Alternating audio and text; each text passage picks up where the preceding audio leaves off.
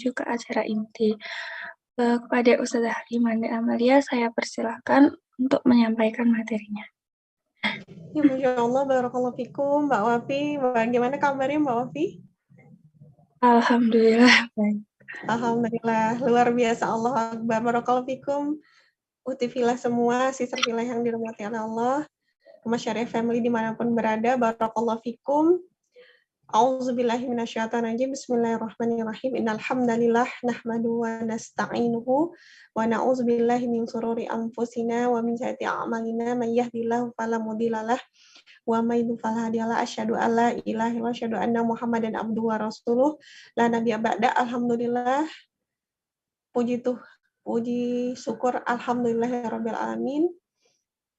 Mari kita selalu reminder ya, sahabat Masyarakat family dimanapun berada, mari kita selalu bersyukur pada Allah ya, akan nikmat iman, Islam, ya, nikmat sehat dan juga nikmat keamanan, yang dimana terutama nikmat keamanan itu tidak dimiliki oleh sahabat kita yang ada di Palestina, yang ternyata sudah 15 tahun ya, Israel ya memblokade Palestina. Israel melakukan penjajahan sejatinya, penjajahan kepada Palestina.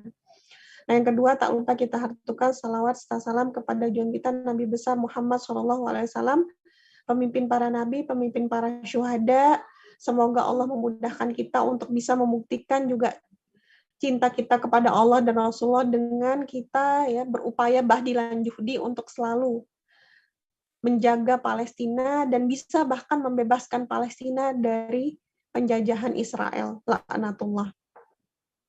Nah, bismillahirrahmanirrahim, agar lebih berkah ya, forum Taman Surga ya, kalau hadis Rasulullah, ketika kita duduk di majelis ilmu, baik itu offline, online, ya insya Allah itu sedang kita berada di Taman Surga. Nah, ketika berada di Taman Surga, berarti kita sedang, Masya Allah ya, bisa dibayangkan ya, seperti kita di taman, ada pohon, ada kemudian sungai, bunga-bunga, dan Masya Allah yang utama, ya, kita dapat suguhan ilmu sakofah, dan didoakan oleh Allah, malaikat, ikan, dan juga semut. Masya Allah, barakallahu fikum. Nah, Masya Allah, supaya lebih berbarokah, kita baca umul kitab ya bersama-sama. Al-Fatihah. A'udzubillahi minasyaitonir rajim.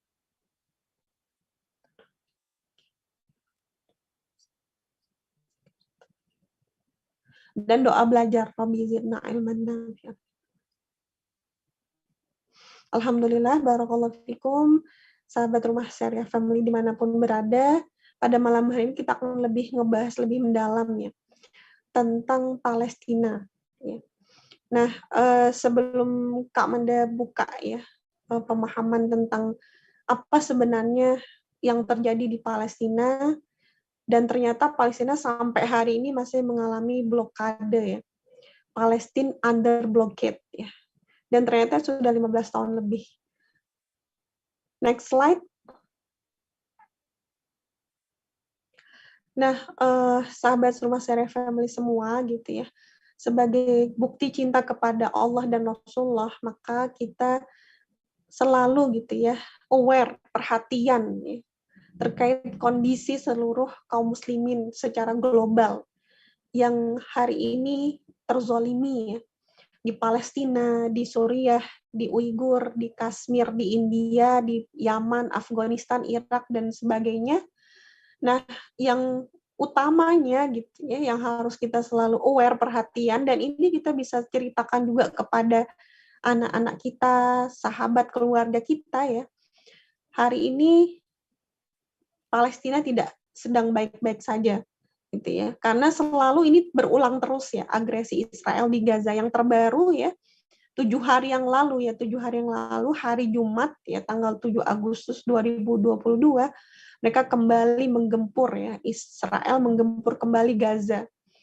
Dan Masya Allah ya, tercatat korban yang meninggal ya, 29 orang, 6 orang anak-anak, 4 wanita, dan lebih banyak yang sebenarnya itu mengalami luka-luka.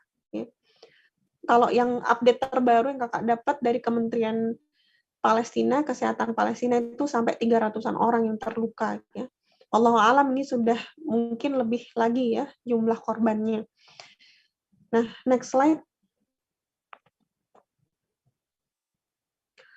Nah, Masya Allah ya, ternyata bukan cuma sehari atau 2 hari ternyata ya blokade yang atau bisa dibilang penjajahan yang dilakukan oleh Israel kepada Palestina ya, ternyata sudah 15 tahun ya blokade gitu.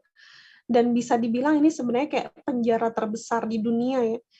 Karena hampir semua ya Palestina itu harus bergantung kepada Israel. Bahkan ketika mau pergi ke luar negeri itu harus dapat izinnya itu dari Kementerian Force ya, Kementerian Israel gitu ya. Jadi apapun yang akan dilakukan oleh warga Gaza atau warga Palestina harus kemudian minta izin dulu kepada Israel. Nah ini berarti Palestina itu berada di bawah ya, otoritas Israel sejatinya begitu gitu. Nah kalau kita lihat perkembangannya ya, kalau kita lihat ya, itu semakin lama semakin kecil ya wilayah Palestina. Dan ternyata kan dibagi dua ya, tepi barat sama di Gaza. Tepi barat ya, jadi kemudian yang istilahnya membatasinya itu Israel. Jadi di tepi barat sebelah sana, kemudian ada Israel lebih banyak, kemudian ada strip Gaza. Kalau teman-teman sahabat Rumah Syariah Family ngelihat di mapping peta ya, kita harus juga paham tentang geostrategis geopolitik, pemahaman tentang global map itu penting ya. Nah ternyata disebutkan ya di sana bahwasanya strip Gaza gitu. Jadi benar-benar Gaza itu udah dianggap bukan negara, Palestina itu bukan negara gitu ya, tapi cuman strip aja gitu. Nah itu kan sayang sekali ya. Nauzubillah min dzalik, padahal itu jelas Israel itu adalah penjajah. Sejatinya itu murni Palestina itu wilayahnya Palestina gitu ya, bukan wilayahnya Israel. Jadi kita harus paham itu gitu. Nah kemudian semakin lama itu semakin selain menyempit ya, ternyata juga dilakukan banyak blokade. Jadi kita tahu ya bahwasanya suplai air, suplai listrik itu kan penting bagi kehidupan normal manusia gitu, terutama juga keamanan ya. Tapi ternyata ya kalau kita baca update terbaru ya, sangat sulit sekali akses air bersih, akses kemudian listrik ya, kemudian bahan pangan itu dipersulit oleh Israel gitu. Dan bahkan kalau anak-anak itu mau sekolah gitu ya, itu sangat susah, harus banyak pos-pos penjagaan yang sangat susah dilewati gitu ya. Dan itu dilakukan oleh Israel setiap hari, melakukan kezaliman itu gitu ya. Dan bahkan juga nggak sedikit anak-anak yang akhirnya sengaja gitu ya ditahan di penjara Israel. Dan juga mereka terutama gitu ya, fokusnya itu menahan para ibu, menahan para perempuan. Ya, karena mereka berpikir kalau mereka bisa menahan perempuan, menahan ibu gitu ya, maka ke depan mereka kan bisa gitu ya benar-benar menghancurkan generasi Palestina ini, nauzubillah min dzalik. Nah, sebelum kita lanjutin, kita nonton video dulu ya terkait penyerangan yang terbaru kemarin. Tafadol Mbak Wafi di share, jazakillah.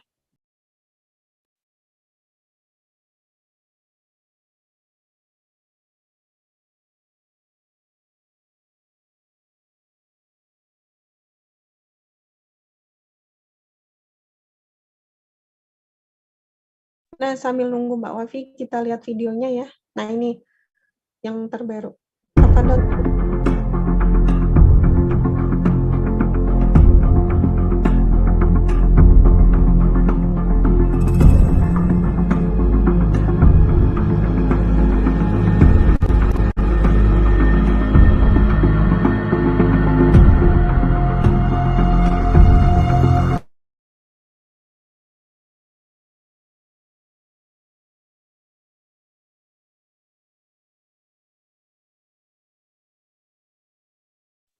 Nah, sambil tadi kita lihat videonya, bisa diputar yang satu lagi ya Mbak, yang tadi yang di awal teman-teman lihat, ditonton ulang lagi yang tadi ada mas-mas yang nyampein berita itu. Sumpah ini parah banget, lagi dan lagi Israel lancarkan serangan udaranya ke Palestina guys. Dan tahu nggak kalian, hal ini sudah berlangsung selama 3 hari dan mungkin banyak dari kalian yang nggak tahu. Ini adalah video serangan terbaru hari ini 7 Agustus 2022 di daerah Gaza. Dan mereka sudah menyerang Gaza dari tanggal 5 Agustus 2022 di hari Jumat sampai sekarang.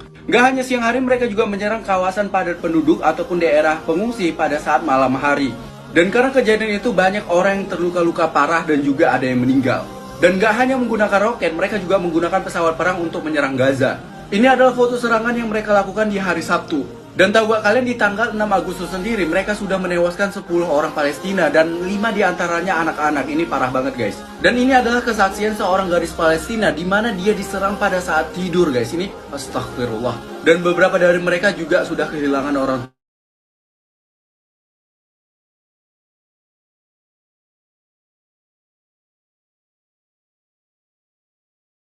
Nah, Masya Allah yang perlu kita pahami ya, kalau kita sering lihat di media-media ya, media-media mainstream ya, apalagi yang itu pro sama Israel ya, kita lihat bahwasanya seolah-olah yang salah itu adalah Gaza, seolah-olah yang salah itu adalah Hamas gitu, sehingga Israel force ya, otoritas Israel itu kemudian merasa mereka itu terzolimi, padahal yang terzolimi itu adalah rakyat Palestina. Jelas ketika mereka mengklaim mereka menyerang para tentara Hamas, ya, itu ternyata tidak benar gitu. Ternyata kan sangat jelas ya, dari dokumentasi video-video yang ada itu kan jelas. Yang diserang itu bukan militer ya sama Israel, tapi yang diserang jelas-jelas rakyat sipil.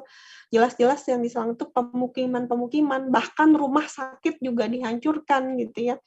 Kemudian juga justru fasilitas-fasilitas infrastruktur seperti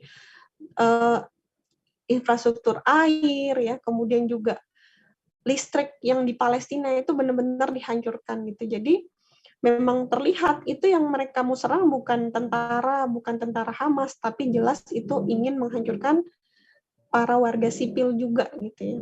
Nah, ini yang harus kita pahami. Dan kalau kita misalnya cari data ya di Instagram atau cari data di Google ya, atau di YouTube, itu memang agak susah ya kalau kita cari tentang fakta-fakta yang nyata tentang kezaliman Israel, karena memang media-media mainstream itu sangat mendukung pro Israel gitu ya. Nah, jadi tapi kita harus tetap strike, harus tetap kita perjuangkan gitu ya, bahwa sekali lagi ya, insya Allah Palestina will be free ya, insya Allah akan suatu saat Palestina akan kembali bebas ya dari penjajahan Israel. Next slide.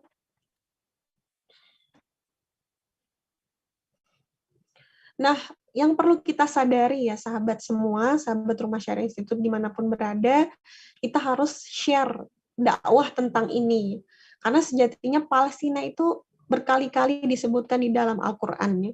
Karena apa? Karena Palestina merupakan basis ya semua agama sejatinya, terutama Islam gitu ya.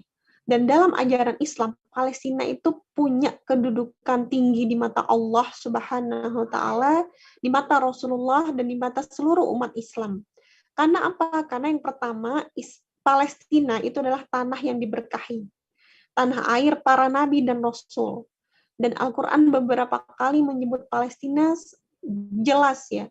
Pertama di Quran surat Al-Isra ayat pertama, ya, yang artinya Maha Suci Allah yang telah memperjalankan hambanya, yaitu Muhammad SAW pada malam hari dari Masjidil Haram ke Masjidil Aqsa yang telah kami berkahi sekelilingnya, agar kami perlihatkan kepadanya sebagian tanda-tanda kebesaran kami. Sesungguhnya dia Maha mendengar, Maha melihat.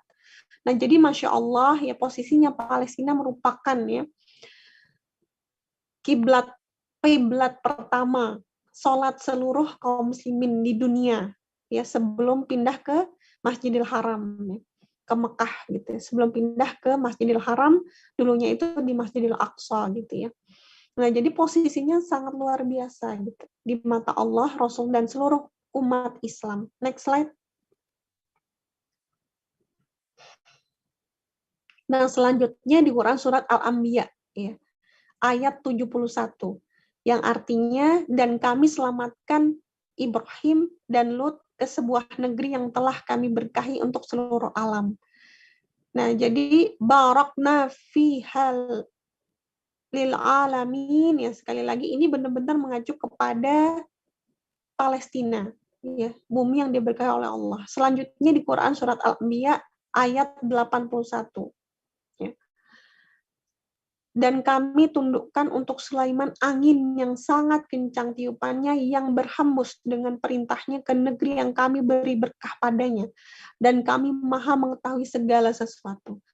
Nah, Masya Allah, kalau kita berkali-kali melihat ya dari ayat Al-Isra, Al-Anbiya ayat 71 dan 81 ya, itu luar biasa. Satu highlight yang perlu kita selalu pahami, sejatinya Palestina selalu diberkahi oleh Allah. Apa sebenarnya berkah ya? Arti berkah ya. Berkah itu adalah ziyadatul khair, ziyadatul khair. Nah, kalau amal manusia saja ketika diberkahi oleh Allah, dia itu akan punya super power gitu ya. Akan punya power gitu ya. Karena apa? Ziyadatul khair. Nah, apalagi kalau suatu wilayah ya, atau kawasan yang diberkahi. Jadi luar biasa gitu. Ketika kawasannya pun diberkahi, terus amalannya, aktivitas yang Allah ridhoi, maka luar biasa power yang ada di wilayah tersebut ya. Dan Masya Allah kita lihat betapa luar biasanya Palestina ya, walaupun luar biasa sekali agresi Israel kepada mereka, tapi tetap luar biasa banyak kelahiran, banyak kemudian yang hafiz Al-Quran, banyak kemudian bahkan yang jadi profesor ya, bahkan luar biasa juga banyak yang walaupun demikian ya, tetap jadi profesor dan jadi expert ya, luar biasa gitu. Jadi orang-orang Palestina itu Masya Allah bisa jadi teladan bagi kita. Dan Masya Allah ya, banyak para Al-Anbiya, para Nabi itu lahir di bumi Syam, Masya Allah. Next slide.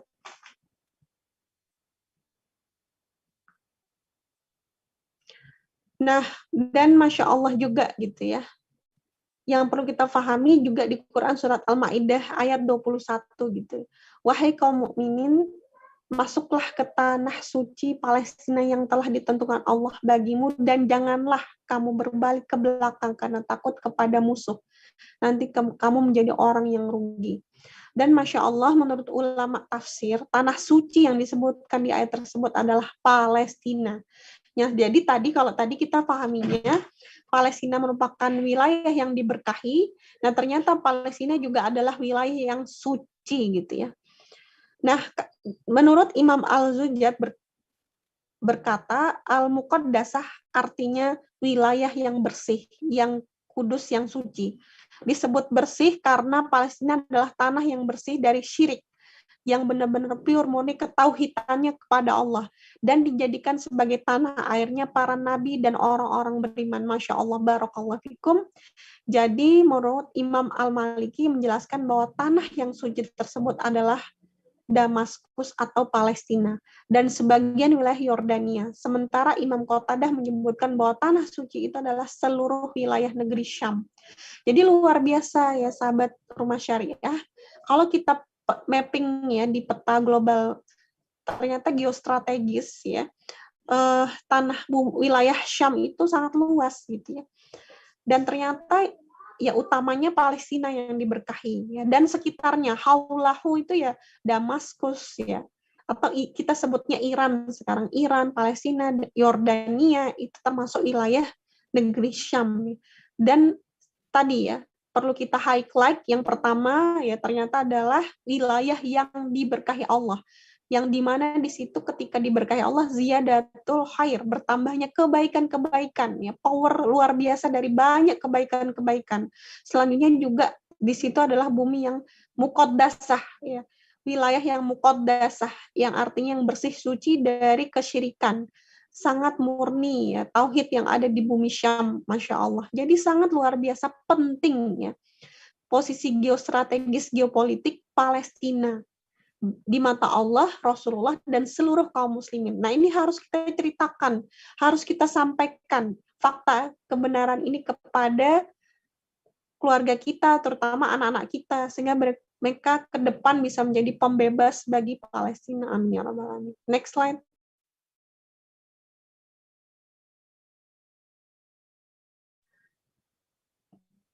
Nah, Masya Allah gitu ya.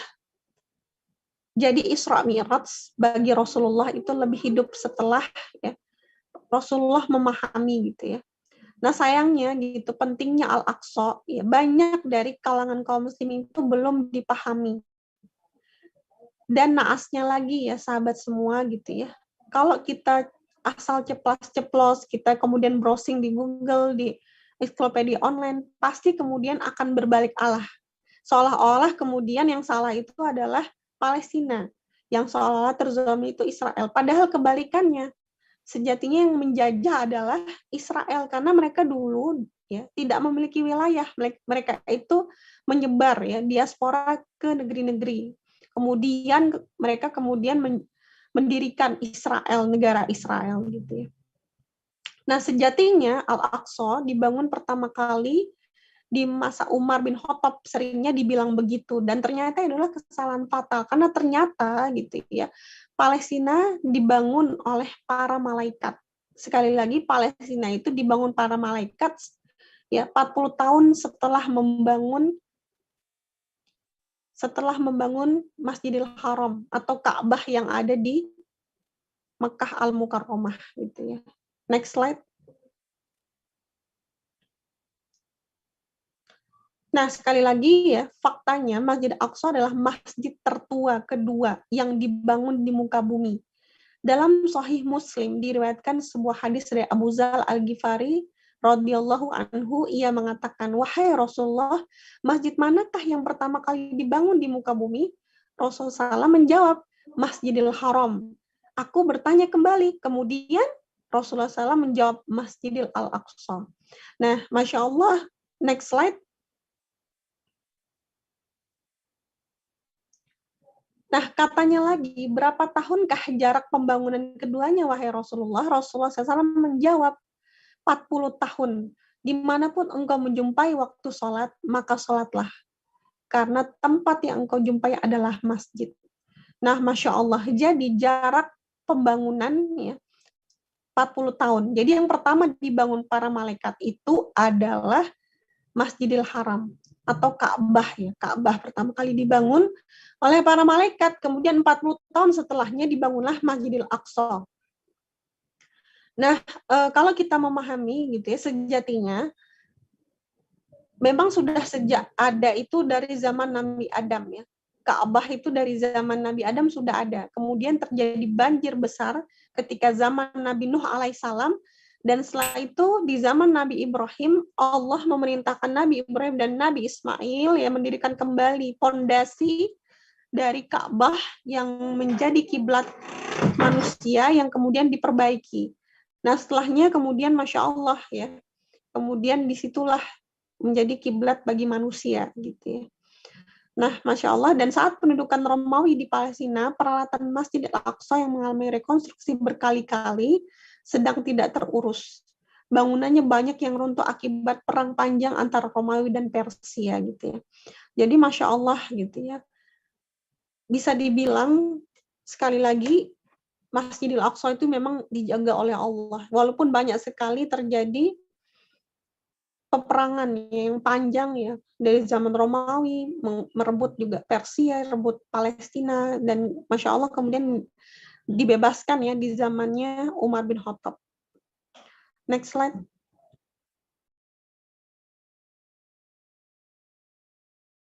Dan Masya Allah ketika Rasulullah SAW sedang Isra Mi'raj, bangunan Masjid Aqsa digambarkan hanya pelataran dan gundukan bukit yang dikelilingi oleh pagar dengan beberapa bangunan yang sederhana. Ketika dibebaskan oleh generasi sahabat, Umar sendiri yang memimpin pembersihan dan rekonstruksi Masjidil Aqsa. Nah, fakta seterang ini saja banyak kaum muslimin yang belum tahu.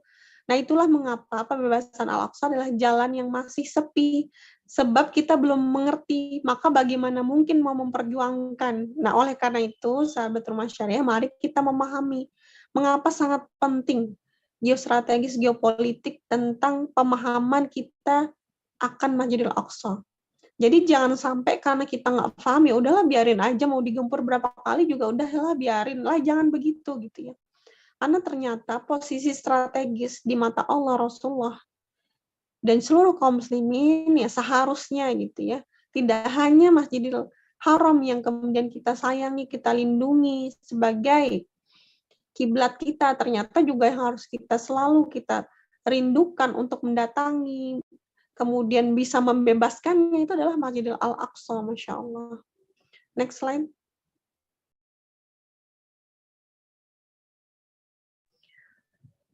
Nah, banyak juga yang bilang gitu ya, ya udah mari kita membebaskan Aqsa, gampang, kirim aja semua militer.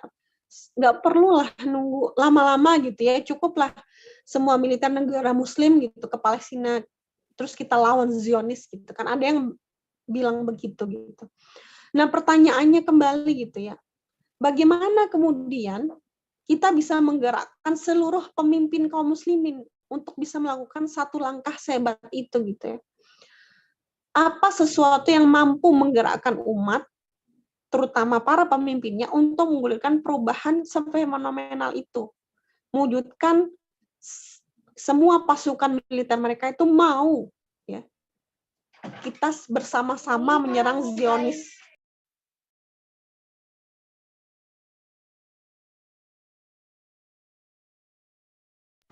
Nah, jadi Masya Allah gitu ya, harus ada kemudian kebersatuan, unity, Muslim united gitu, harus ada Muslimnya bersatu dulu gitu. Nggak mungkin bisa kita bersama-sama mengirimkan militer, pasukan gitu, ketika tidak ada kesatuan politik gitu. Nah, ini harus menjadi pemikiran kita bersama. Next slide.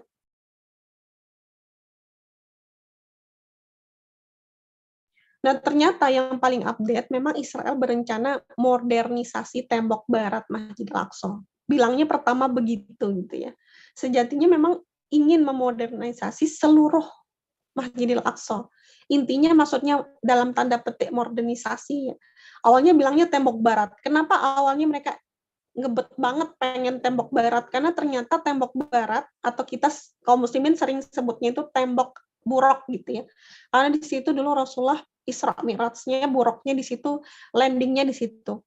Nah, bagi orang Israel, tembok barat itu sering disebut tembok ratapan. Di situ mereka nangis-nangis, muji-muji ya Tuhan mereka gitu. Nah, jadi mereka ingin akuisisi tembok itu. Dan kalau mereka berhasil tembok itu mereka bisa ambil alih dari kaum muslimin, berarti seluruh Masjid Al-Aqsa juga bisa mereka kuasai gitu. Nah, ternyata ya untuk kemudian melancarkan aksi ini gitu ya, ternyata gitu ya, mereka itu sudah melakukannya sudah sangat lama gitu ya. Dan dari pengalaman Ustadz yang beliau tinggal ya, Ustadz Arifin Nugroho, kebetulan beliau juga sekarang ngambil S3 di Bumi Syam ya, beliau menceritakan Israel itu punya cara-cara agar kemudian suatu masjid itu bisa diambil alih, diakuisisi mereka. Nah, awalnya mereka itu ya mendatangkan para spy gitu ya. Para yang kemudian membuat rusuh, entah itu di musola atau di masjid yang ada di Palestina. Nanti ketika kemudian mereka tuh kayak rusuh gitu ya, nanti datanglah gitu ya polisi keamanan Israel. Nanti kalau sudah mereka datang, kemudian seolah-olah itu mereka bilangnya akan kemudian dilindungi masjid ini. Nah, nanti lama-lama kemudian mereka ambil alih. Dan ternyata menurut Ustadz Arifin ini memang sering terjadi gitu ya. Tinggal yang belum mereka akuisisi memang Masjid Al-Aqsa ini belum gitu. Tapi di masjid-masjid yang lain sudah dilakukan seperti itu. Nah, ini harus kita juga aware gitu ya. Nah, mereka juga selain daripada itu gitu ya, benar-benar memblokade para militer Hamas, para mujahidin yang lainnya juga gitu ya. Terus mereka itu tadi banyak menangkap, memenjarakan para perempuan, para ibu di penjara-penjara, terutama juga anak kecil gitu ya. Nah, jadi memang ini sudah sistematis ya. Dan memang didukung oleh para penguasa Israel dan juga Barat yang pro dengan Israel. Mari kita lihat gitu ya, kenapa bisa seperti ini kondisi dari Palestina gitu ya. Sebenarnya akar permasalahannya apa? Nah, ini kita lihat di video selanjutnya ya. Barakallahu fikum.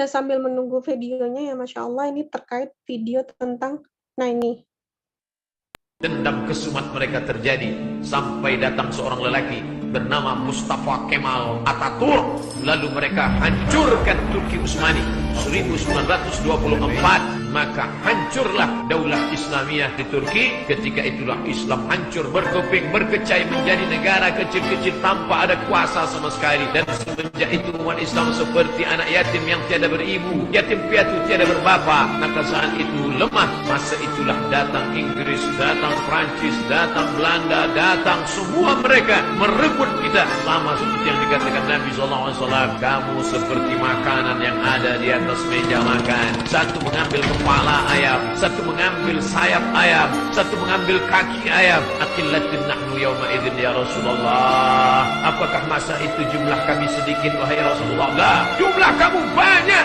Lalu kenapa kami boleh diperlakukan seperti itu ya Rasulullah? Asabakumul wahnu, kamu terkena penyakit wahan. Nah, Masya Allah, ya tadi ini video yang luar biasa dari Ustadz Abdul Somad. Ya.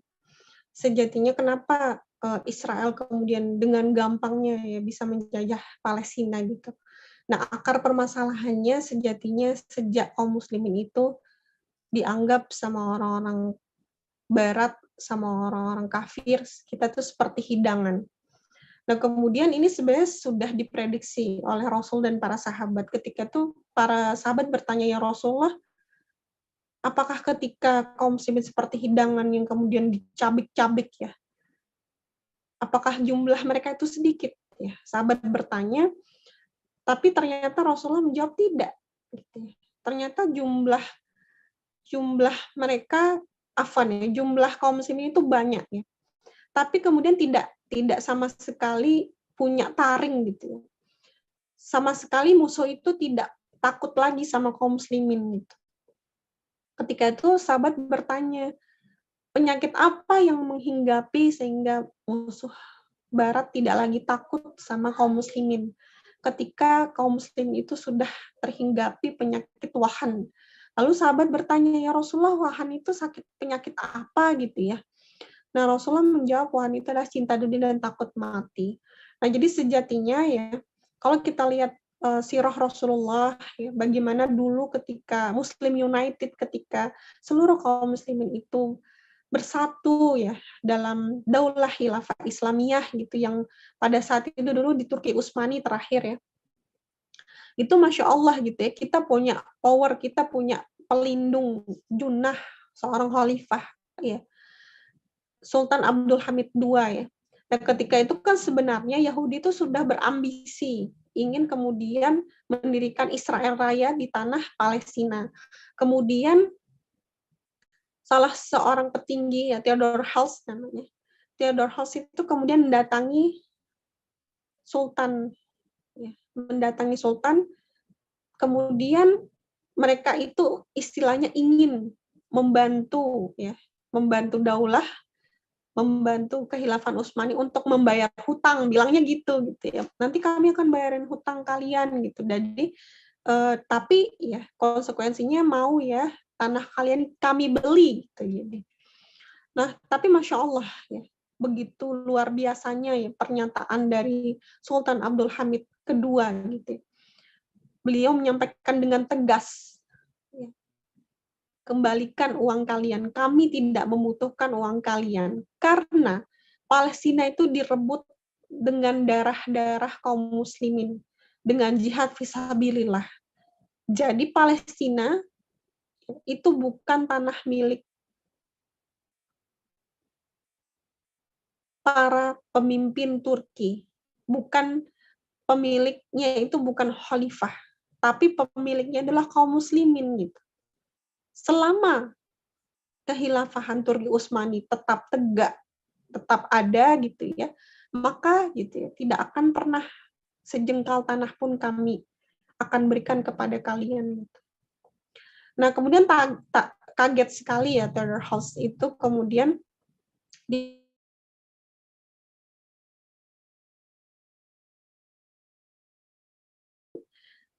melalui Mustafa Kemal ya, akhirnya Palestina diberikan ya kepada Israel karena pada saat itu kehilafahan Turki Utsmani sudah hancur gitu ya. Dan itu memang juga bantuan dari Israel, kemudian dengan juga bersekutu dengan Inggris dan Perancis ya, kemudian menghancurkan daulah Islam di Turki gitu ya. Nah, jadi memang itu sudah benar-benar menjadi target bagi mereka untuk kemudian mengakuisisi, menjajah Palestina gitu. Nah, maka kita harus sadari itu gitu ya. Nah, yang harus kita pahami gitu ya, bagaimana kemudian apakah kita bisa mengembalikan kembali gitu ya Palestina.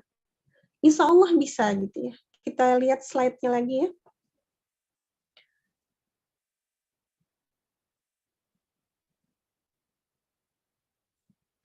Nah, next slide.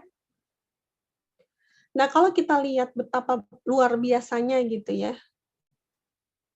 Dulu Daulah Turki Utsmani menjaga Palestina, memproteksi Palestina. Warga Palestina menjalin kehidupan yang damai antara Muslim, Nasrani, dan Yahudi.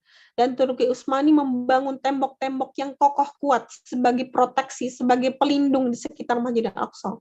Menghias kubah syakro, serta mengizinkan kaum Nasrani untuk beribadah di gereja yang berada di Baitul Maqdis. Jadi selama dijaga Turki Utsmani, semua agama itu dipersilahkan. Karena dalam Islam, la ikraha fid-din, nggak ada paksaan dalam beragama. Jadi semua agama dilindungi oleh Turki Utsmani gitu ya.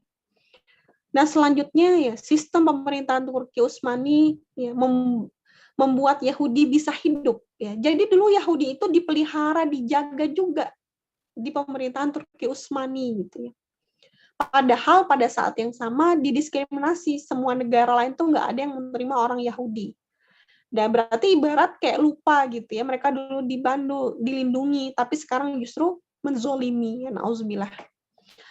Nah, bahkan ya, sekali lagi gitu ya, yang kakak sampaikan tadi ya, ketika Theodore Herzl itu menawarkan 3 triliun ya, kepada Sultan Abdul Hamid II ya, dan dia adalah tokoh Zionis internasional Theodore Herzl ya. Theodore Herzl, tokoh Zionis internasional, menawarkan kepada Sultan Abdul Hamid II 3 triliun. Berkali-kali ditawarkan gitu ya. Sehingga mereka ingin gitu ya, berusaha keras menguasai tanahnya, selalu ditolak gitu. Nah, jadi kemudian kan Israel berpikir, Theodore Herzl berpikir bagaimana caranya agar kemudian Turki ini hancur. Karena setelah hancur baru mereka bisa ambil wilayah Palestina. Nah, ketika kita memahami fakta ini, jadi sejatinya gini, ketika kita mengirimkan, ya, sampai sekarang juga Kak Manda dan keluarga berupaya gitu. Kalau misalnya Palestina mengalami kezoliman oleh Israel, kita berusaha melakukan gitu ya, donasi ke Palestina, mengirimkan bahan makanan, obat-obatan gitu ya. Tapi harus kita pahami, yang luar biasa dari Ustadz Dwi Condro Triyono ketika beliau menyampaikan orasi tentang Palestina di Malaysia. Sudahkan puan-puan, tuan-tuan gitu, sudahkah cukup ketika kita hanya mencukupkan mengirimkan bantuan bahan makanan dan obat-obatan ke Palestina gitu? Apakah sudah cukup? Hampir semua bilang cukup, sudah gitu. Nah, Masya Allah, ternyata Ustadz bilang belum cukup. Itu memang solusi jangka pendek. Kita ngirim bahan makanan sama obat-obatan. Tapi sekali lagi, masalah Palestina bukan masalah bencana alam. Kalau masalah bencana alam, kita kirim makanan, obat-obatan, selesai. Gitu. Tapi inilah akibat bencana politik. Karena permasalahan politik, maka harus diselesaikan juga secara real dengan kekuatan politik. Gitu. Jadi kalau kita mau mempersatukan kaum muslimin, ya, maka harus ada kesatuan politik. Muslim United seperti dulu di Turki Utsmani. Sehingga nanti akan ada kesatuan kepemimpinan yang akan mengerahkan pasukan gitu. Karena berkali-kali ya ibu-ibu di Palestina, kami tuh butuh senjata, kami tuh butuh alat-alat perang untuk kemudian membela diri gitu. Jadi yang dibutuhkan Muslim di Palestina bukan hanya bantuan obat-obatan dan makanan, Ya, bukan hanya itu saja. Jadi jangan pernah mencukupkan itu saja, tapi juga harus kita selalu memperjuangkan kesatuan politik Muslim United tadi. Sehingga bisa kemudian ke depan kita secara real membebaskan Palestina gitu. Nah, mari kita lihat, kita tonton bagaimana luar biasanya gitu ya. Salahuddin Al-Ayyubi bisa membebaskan Palestina dari bangsa Romawi. Kalau Salahuddin Al-Ayyubi bisa, maka insya Allah the next Gen Saladin dari generasi kita juga bisa.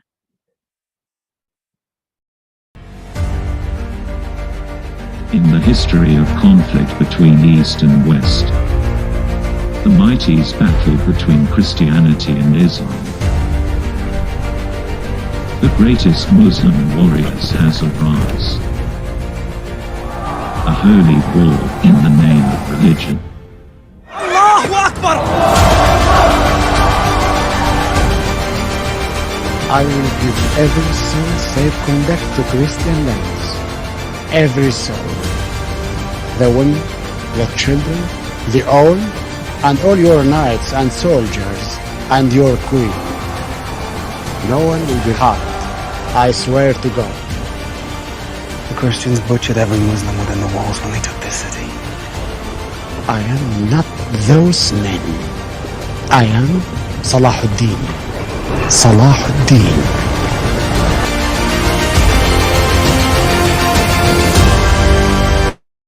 Ya, Masya Allah. Barakallahu fikum ya, sahabat Rumah Syariah semua gitu. Mari kita selalu memperkaya sakofah Islam, kita kembalikan kembali posisi strategis geopolitik Palestina di mata kaum muslimin, karena luar biasa sekali posisinya di mata Allah. Ya, tadi adalah tanah yang diberkahi dan tanah muqaddasah yang suci, tauhidnya gitu. Dan sekali lagi bisyarahnya Rasulullah ya, sebelum nanti kiamat akan kembali berjaya, akan kembali bangkit Islam di bumi bagian barat dan timur. Maka mari kita menjadi ansarullah, penolong agama Allah. Afan atas segala hilaf, barakallahu fikum. Assalamualaikum warahmatullahi wabarakatuh. Kakak kembalikan kepada Mbak Wafi, barakallahu fikum. Waalaikumsalam warahmatullahi wabarakatuh. Masya Allah, terima kasih Kak Manda atas materinya. Semoga bisa membangkitkan semangat bagi para peserta semuanya supaya bisa lebih bergiat dalam berdakwah. Kemudian silakan bagi teman-teman apabila ada yang ingin bertanya, saya persilahkan.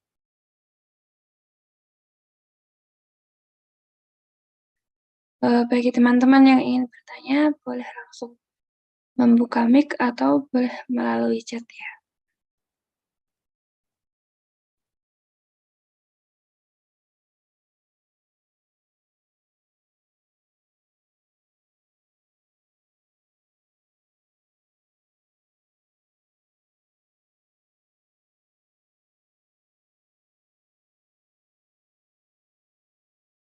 Mungkin bisa dipancing-pancing dulu Mbak Wafi.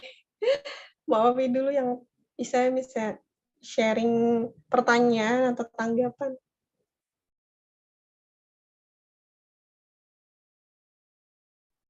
Oh iya. Nah, tadi materinya itu ya, menggambarkan bagaimana bombardir dari Israel yang semakin lama itu kezaliman pada Palestina itu semakin kecil. Nah, kemudian kalau bagi kita orang Muslim di Indonesia, bagaimana cara kita supaya kita dapat membantu Palestina? Seperti itu pertanyaan dari saya. Ya, barakallah Mbak Wafi atas pertanyaannya, Masya Allah. Nah, yang perlu kita pahami peran kita ya sebagai Muslim di Indonesia gitu untuk membantu Muslim di Palestina. Yang pertama, kita harus mendakwahkan dulu kepada kaum muslimin yang lain di Indonesia posisi strategis, posisi geostrategis, geopolitik ya. Posisi yang utama sekali dari Palestina. Tidak hanya sebagai posisinya tidak hanya sebagai kiblat kedua, Afwan, tidak hanya sebagai kiblat pertama ya. Kiblat pertama kan adalah Palestina ya. Kemudian kiblat kedua adalah Masjidil Haram. Nah, seringnya kan remindernya ya cuman sekarang ya, cuman sekarang kiblatnya ya cuman Masjidil Haram aja gitu. Jadi seolah-olah sekarang tuh banyak yang lupa kalau itu dulu kiblat kita, Palestina itu dulu kiblat pertama gitu. Jadi banyak yang lupa gitu. Sehingga kalau sudah lupa, ibarat kita, kalau kita lupa kan kita nggak aware, kita nggak peduli, dan kita kayak udahlah biarin aja gitu, paling Timur Tengah gitu. Nah itu yang bahaya begitu gitu ya. Mesti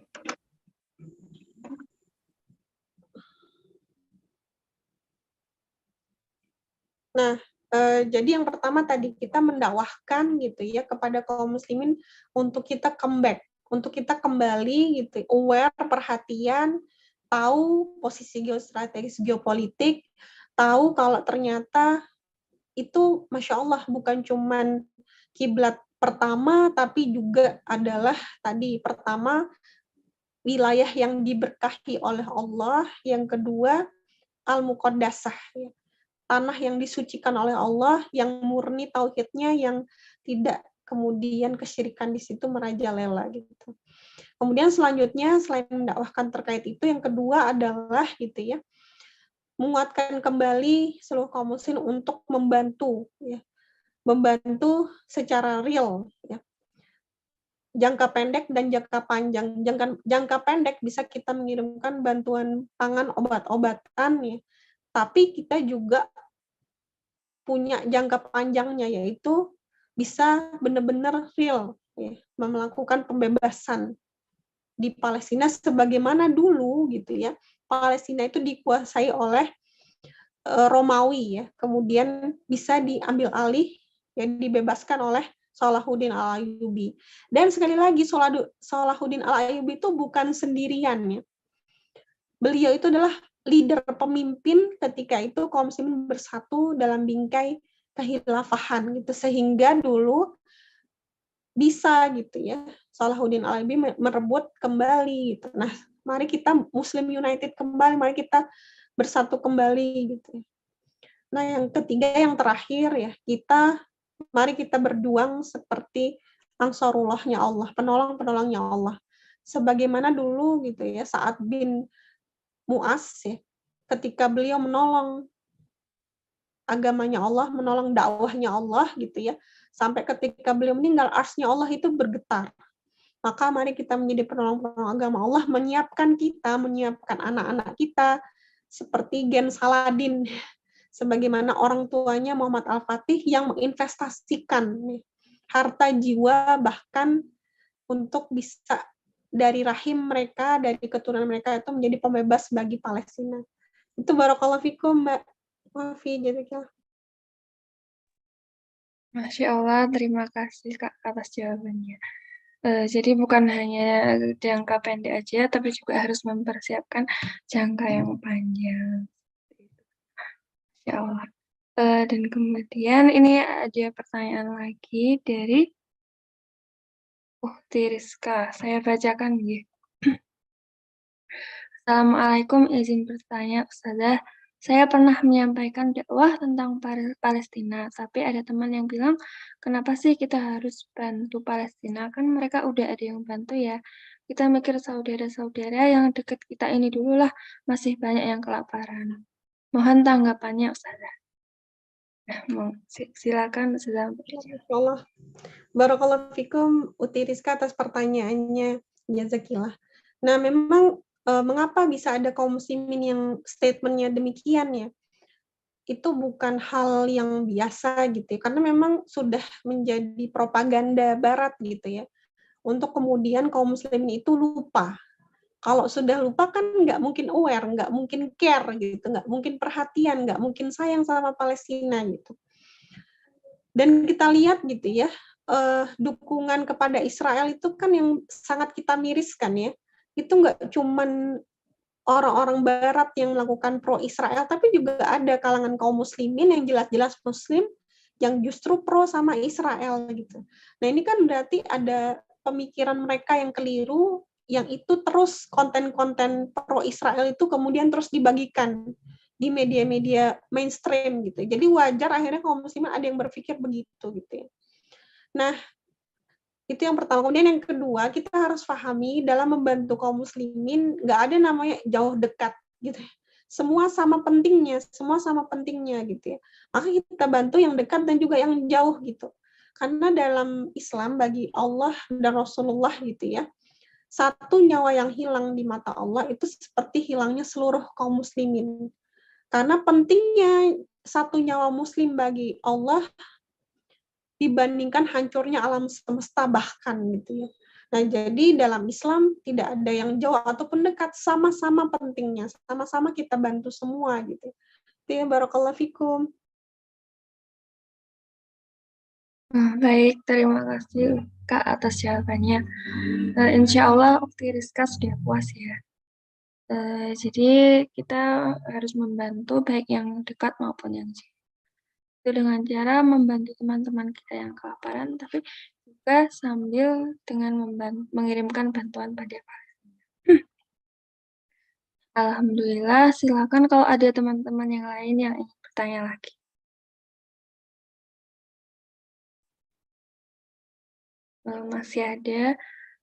Masih ada waktu untuk teman-teman kalau ada yang ingin ditanyakan.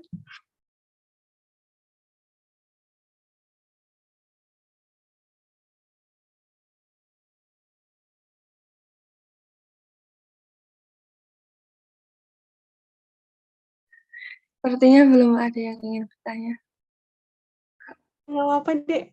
Dua yang tadi itu juga nggak apa-apa. Barakallah deh, cukup nggak apa-apa.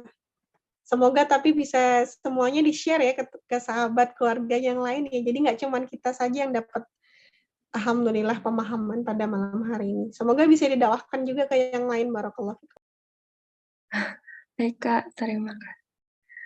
Nah, alhamdulillah karena kiranya teman-teman sudah paham semua, mari kita akhiri kajian pada malam hari ini dengan membaca hamdalah dan doa penutup majelis bersama-sama. Alhamdulillahirabbil alamin. Subhanakallahumma bihamdika asyhadu an la ilaha illa anta astaghfiruka wa atubu ilaik. Terima kasih Kak Manda atas materinya pada malam hari ini. Kemudian mohon maaf apabila saya ada kesalahan. Wabillahi taufik wal hidayah. Wassalamualaikum warahmatullahi wabarakatuh. Waalaikumsalam warahmatullahi wabarakatuh. Barakallahu fikum, Mbak Wafi, dan barakallahu fikum sahabat semua Rumah Syariah Institute. Afan atas segala hilaf.